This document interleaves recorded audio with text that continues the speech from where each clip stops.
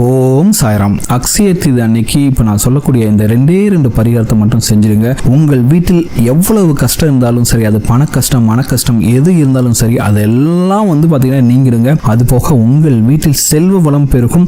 இந்த வருஷம் அக்ஷய தீதி அன்னைக்கு உங்களால் 1 கிராம் தங்க நகை வாங்க முடியலன்னா கூட கவலையே படாதீங்க. அடுத்த வருஷம் அக்ஷய தீதிக்குள்ள நீங்க கை நிறைய பணத்தை கொண்டு போயிட்டு நீங்கள் ஆசைப்பட்ட அளவுக்கு நகைகள் வாங்கலாம்.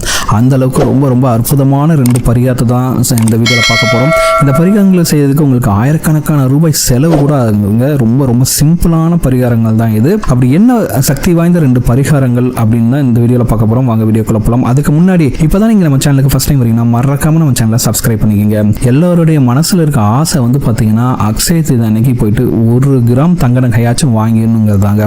ஆனா நிறைய பேரால அது பண்ணவே முடியாது. ஏன்னா பாத்தீங்கன்னா வீட்டில் கடன் சுமை இல்ல வருமானம் குறைவு அந்த மாதிரி நிறைய பிரச்சனைகள் இருக்கும். இந்த 2 பரிகாரத்தை மட்டும் இந்த வருஷம் செஞ்சு முடிச்சுடுங்க. அடுத்த வருஷம் பார்த்தீங்கன்னா உங்க கை நிறைய காசு இருக்கும். நீங்க உங்க ஆசைப்பட்ட மாதிரி என்ன நகை வேணாலும் வாங்கிக்கலாங்க. அந்த அளவுக்கு 2 சக்தி வாய்ந்த பரிகாரங்கள் தான். வாங்க அது என்னன்னு பார்க்கலாம். முதல் பரிகாரம் பார்த்தீங்கன்னா இது பரிகாரம்னு கூட சொல்ல முடியாதுங்க. ஆனா இது பார்த்தீங்கன்னா உங்களுக்கு மிகப்பெரிய அளவில் செல்வத்தை கொண்டு வந்து தரும். இந்த சித்திரை மாசம் வளர்ப்பிறை செய்தியை தான் நம்ம அக்ஷய திருதியாக கொண்டாடுறோம். இந்த அக்ஷய திருதிய நன்னாளில் யார் வீட்டில் பள்ளி இருந்து அந்த பள்ளியை பார்க்கிறார்களோ அவர்கள் பார்த்தீங்கன்னா செல்வ கடாட்சத்திற்கு அதிபதியாக மாறுவாங்க அப்படின்ட்டு ஐதீகத்தில் சொல்லியிருக்காங்க. அதாவது அக்ஷய தீதி அன்னைக்கு காலையிலிருந்து நைட்டுக்குள்ள உங்க வீட்டில் பள்ளியை பார்க்கணுங்க நீங்க. சரிங்களா? எதுக்காக சொல்றேன்னா மற்ற எல்லா நாளிலும் கண்ணில் தட்டுப்படக்கூடிய இந்த பள்ளி பார்த்தீங்கன்னா அக்ஷய தீதி நாளில் மட்டும் கண்ணில் தட்டுப்படாதுங்க. அது பார்த்தீங்கன்னா வாஸ்து பகவானோட கட்டளையின் பிரகாரம் அந்த நாளில் மட்டும் இது யாரோட கண்ணுக்கும் தட்டுப்படாமல் ஒளிந்து கொள்ளும் அப்படின்னு ஐதீகத்தை சொல்லியிருக்காங்க. சரிங்களா?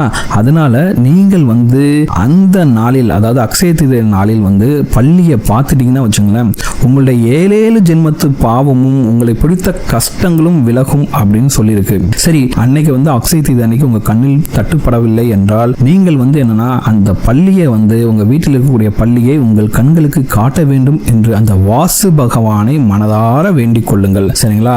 அப்படி மனசார நீங்க வாஸ்து பகவானை வேண்டிக்கிட்டு என் கண்ணில் எங்கள் வீட்டில் இருக்கக்கூடிய பள்ளியை காட்டுங்கள் அப்படின்னு நீங்க வேண்டிக்கிட்டாவே போதுங்க. கண்டிப்பாக உங்கள் கண்ணில் தட்டுப்படும். அப்படி பள்ளியை கண்டவுடன் தலை வணங்கி நீங்கள் நமஸ்காரம் செய்து கொள்ளுங்கள். இதை மட்டும் செய்யுங்க. உங்கள் வீட்டில் பார்த்தீங்கன்னா இருக்கக்கூடிய பண கஷ்டங்கள், கடன் சுமைகள்லாம் நீங்கி வீட்டில் மகாலட்சுமி கடாட்சம் என்றுமே உங்கள் வீட்டில் இருக்குங்க. சரிங்களா? இது பார்க்கறதுக்கு ரொம்ப சிம்பிளா இருக்கும். என்னடா இதெல்லாம் பண்ணாலாம் வருமா அப்படின்னு நினைப்பீங்க. கண்டிப்பாக சொல்றேன், பள்ளியை மட்டும் நீங்க அக்ஷய தீதி அன்னைக்கு பார்த்துட்டு இந்த மாதிரி மனப்பூர்வமாக வேண்டிக் கொண்டால் கண்டிப்பாக உங்கள் வீட்டில் இனிமேல் பண கஷ்டங்கிறதே இருக்காது. கடன் சுமைகளாம் நீங்கி உங்கள் வீட்டில் தனதானியத்திற்கு எந்த ஒரு பஞ்சமும் இல்லாமல் அந்த மகாலட்சுமி தாயோட பரிபூர்ண அருள் உங்களுக்கு கிடைக்குங்க. ரொம்ப ரொம்ப எளிமையான பரிகாரம். கேட்கறதுக்கும் சரி, என்னடா இதெல்லாம் அப்படியான்னு நம்பிக்கை இல்லாமல் செய்யவே செய்யாதீங்க. நம்பிக்கையோடு அந்த பரிகாரத்தை செஞ்சு பாருங்க. கண்டிப்பாக அடுத்த வருடத்திற்குள்ளாக உங்கள் வீட்டில் செல்வ கடாட்சம் கண்டிப்பாக பெருகி இருக்குங்க. இது நம்பிக்கையோட செய்யறவங்களுக்கு கண்டிப்பாக ரிசல்ட்ஸ் கிடைக்கும். அடுத்த பரிகாரம் பார்த்தீங்கன்னா இதுவும் பார்த்தீங்கன்னா ரொம்ப ரொம்ப எளிமையான பரிகாரம்.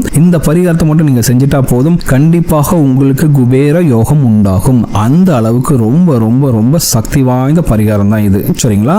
இந்த பரிகாரம் பாத்தீங்கன்னா குசேலருக்கும் கண்ணனுக்கும் உண்டான ஒரு அந்த சிநேகிதத்தால வந்ததுங்க. சரிங்களா? உங்க எல்லாருக்குமே தெரிஞ்ச கதை தான். கண்ணன் துவாரகையில் அரசனாக ஆட்சி செய்து கொண்டு இந்த காலம் பாத்தீங்கன்னா குசேலருக்கு பாத்தீங்கன்னா வறுமையான நிலை இருந்தது. அந்த வறுமையான நிலையை போக்கிக் கொள்வதற்காக கண்ணிடம் உதவி கேட்பதற்காக குசேலர் போறார். சரிங்களா? அப்ப அவர் கையில பணமே கிடையாது. இருந்தாலும் அவங்களோட மனைவியோட வற்புறுத்தலின் பேரில் அவர் உதவி கேட்க போறாரு. சரி, ரொம்ப நாள் கழிச்சு போறமே, வெறுங்கையோட போக கூடாது அப்படிங்கிற எண்ணத்துல பாத்தீங்கன்னா கொஞ்சோண்டு அவளை அவங்களோட மனைவி அவரோட கணவர் கையில கொடுத்து கிருஷ்ணனுக்கு கொடுங்க அப்படின்னு சொல்லிட்டு கொண்டு போனாரு.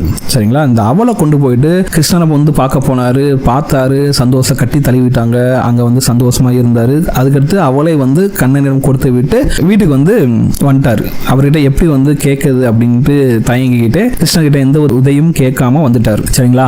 ஆனா அவர் கொடுத்த அவளை கிருஷ்ணர் பாசமா வாங்கிக்கிட்டு அச்சய அப்படிங்கிற ஒரு வார்த்தையை சொல்லிதான் தன்னோட வாயில் போட்டு கொண்டாராம். இப்போ என்னாச்சுன்னா குசேலர் தன்னோட கஷ்டத்தை பத்தி கண்ணகிட்ட ஒரு வார்த்தை கூட சொல்லாம வீட்டுக்கு பார்த்தா அவரோட வீடே பாத்தீங்கன்னா மாடம் மாளிகையாவும் வீட்டுல தங்கம் பொற்காசுகள் எல்லாம் குவிஞ்சு இருந்துச்சான். சோ இந்த கதையில என்ன சொல்றாங்கன்னா குசேலர் கண்ணனுக்கு அவள் கொடுத்த தினம்தான் இந்த அக்ஷய தீதியே அன்று.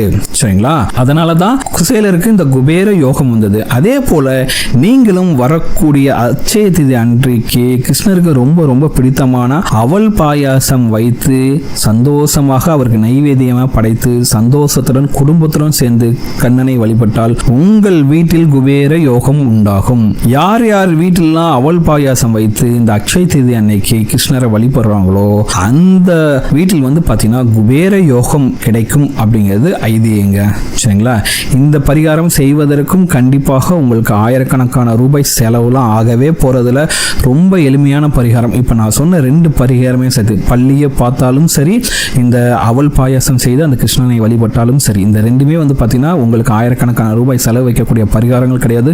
ரொம்ப ரொம்ப எளிமையான பரிகாரங்க.